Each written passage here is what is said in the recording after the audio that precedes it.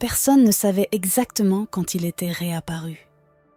Le vieux cinéma Orpheum, fermé depuis plus de 50 ans, trônait de nouveau au bout de la rue principale. Ses grandes portes rouges étaient ouvertes. Ses lumières, autrefois éteintes, brillaient d'une lueur pâle et tremblante. Il n'y avait ni publicité, ni programme affiché. Seulement une pancarte poussiéreuse suspendue au-dessus de l'entrée. Séance unique, ce soir à minuit. La rumeur se propagea vite dans la petite ville. Certains disaient que c'était une opération secrète pour relancer le quartier. D'autres murmuraient que le cinéma n'aurait jamais dû rouvrir. Mais pour Alex, Nina, Liam et Sophie, c'était une invitation impossible à refuser. Ils étaient amis d'enfance. Ils avaient grandi en passant devant ce bâtiment oublié, l'imaginant plein de fantômes et de mystères. Alors cette nuit-là, poussés par la curiosité et un sentiment étrange d'excitation, ils décidèrent d'y aller. Le vent froid sifflait dans les rues désertes alors qu'ils s'approchaient du bâtiment. Le vieux néon clignotait au-dessus de leur tête, projetant des ombres nerveuses sur les trottoirs fissurés. « On dirait qu'on entre dans un piège », plaisanta Liam en riant nerveusement. Personne ne répondit. Au fond, tous ressentaient la même chose, une inquiétude sourde, un instinct ancien leur soufflant de faire demi-tour. Mais ils franchirent la porte. À l'intérieur, l'air était tiède, presque étouffant. Le hall sentait la poussière et le vieux cuir.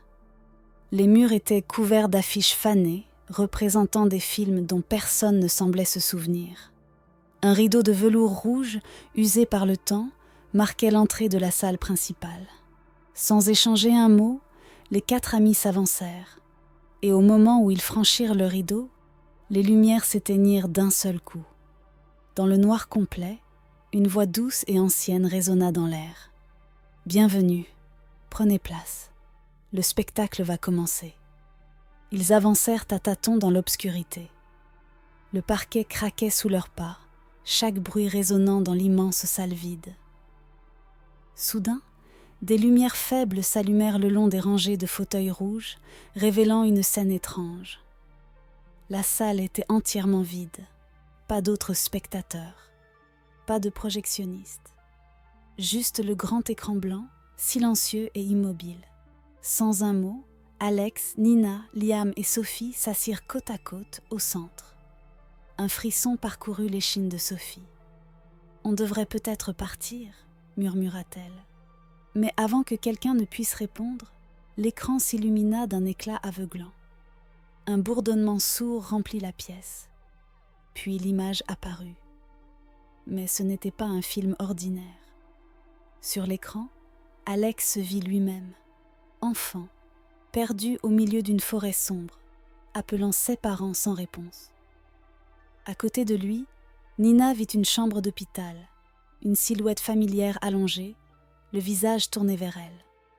Liam, lui, vit une mer infinie, une petite barque à la dérive, seule dans le brouillard. Sophie vit une maison en flammes, des cris étouffés derrière une porte verrouillée. Chacun vit son propre cauchemar. Chacun vit sa propre peur. Le silence pesait, lourd comme du plomb. Leurs respirations devinrent haletantes, désynchronisées. Puis, lentement, très lentement, les images commencèrent à glisser, à sortir de l'écran. Comme si le cinéma n'était plus un simple lieu, mais une porte ouverte sur leur pire terreur. Et aucun d'eux ne pouvait se lever de son siège.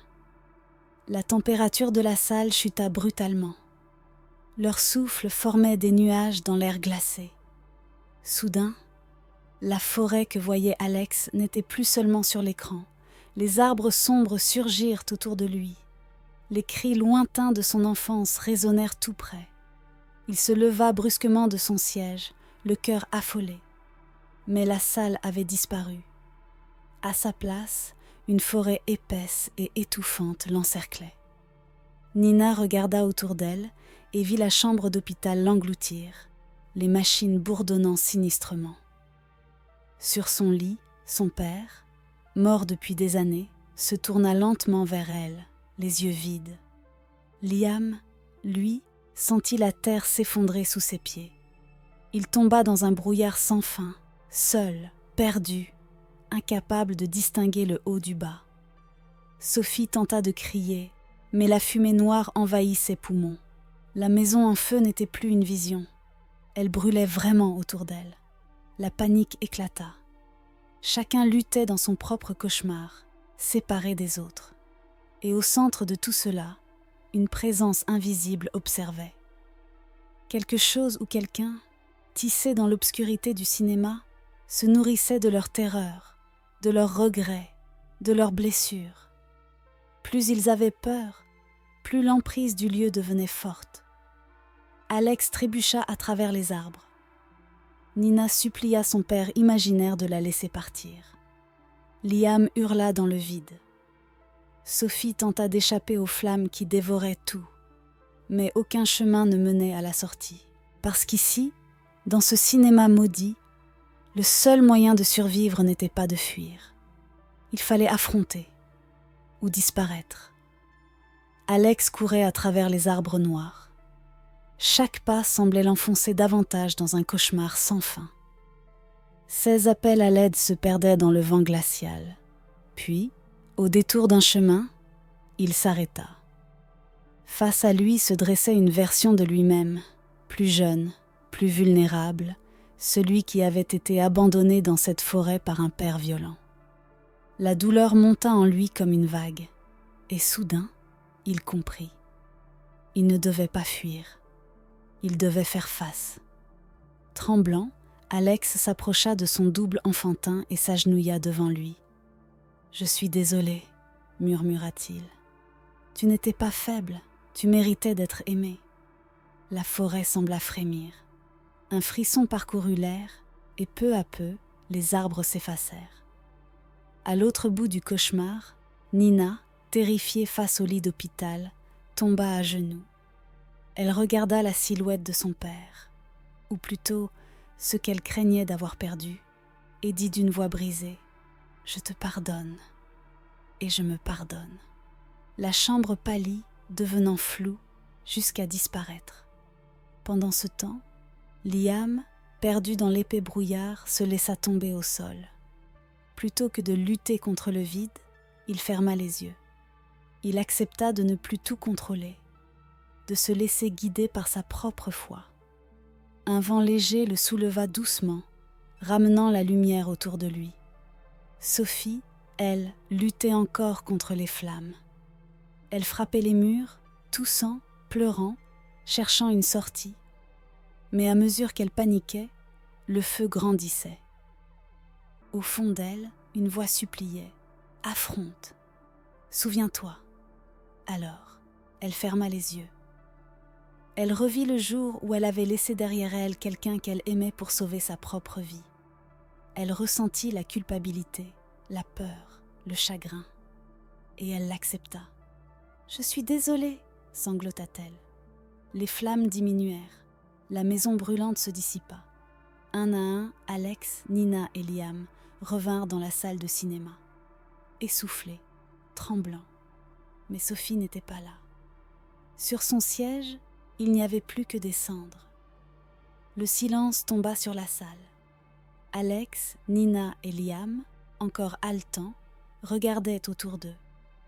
La grande salle de projection semblait plus délabrée qu'avant, comme si elle s'effritait lentement sous leurs yeux. Les murs se craquelaient, le plafond s'effritait, et sur l'écran, une dernière image apparut. Pas un film, pas un cauchemar, un miroir. Ils se virent, fatigués, brisés, mais vivants. Puis, une silhouette se forma dans l'obscurité devant eux. Une ombre longue et frémissante, sans visage. Elle parlait sans émettre de son, mais tous l'entendirent dans leur esprit. Ce lieu ne crée rien, il révèle seulement vos peurs, vos fautes, votre vérité. La voix poursuivit. Ceux qui acceptent leur reflet peuvent repartir, changer, mais libres. Ceux qui refusent sont condamnés à rester. Le cœur serré, Alex regarda les cendres sur le siège vide de Sophie. Un choix silencieux avait été fait. Un lourd prix avait été payé. L'ombre recula, disparaissant lentement. L'écran s'éteignit. Et sans comprendre comment, les trois amis se retrouvèrent debout, dehors, dans la rue froide. Le cinéma derrière eux avait disparu. À sa place, seulement un terrain vague, balayé par le vent.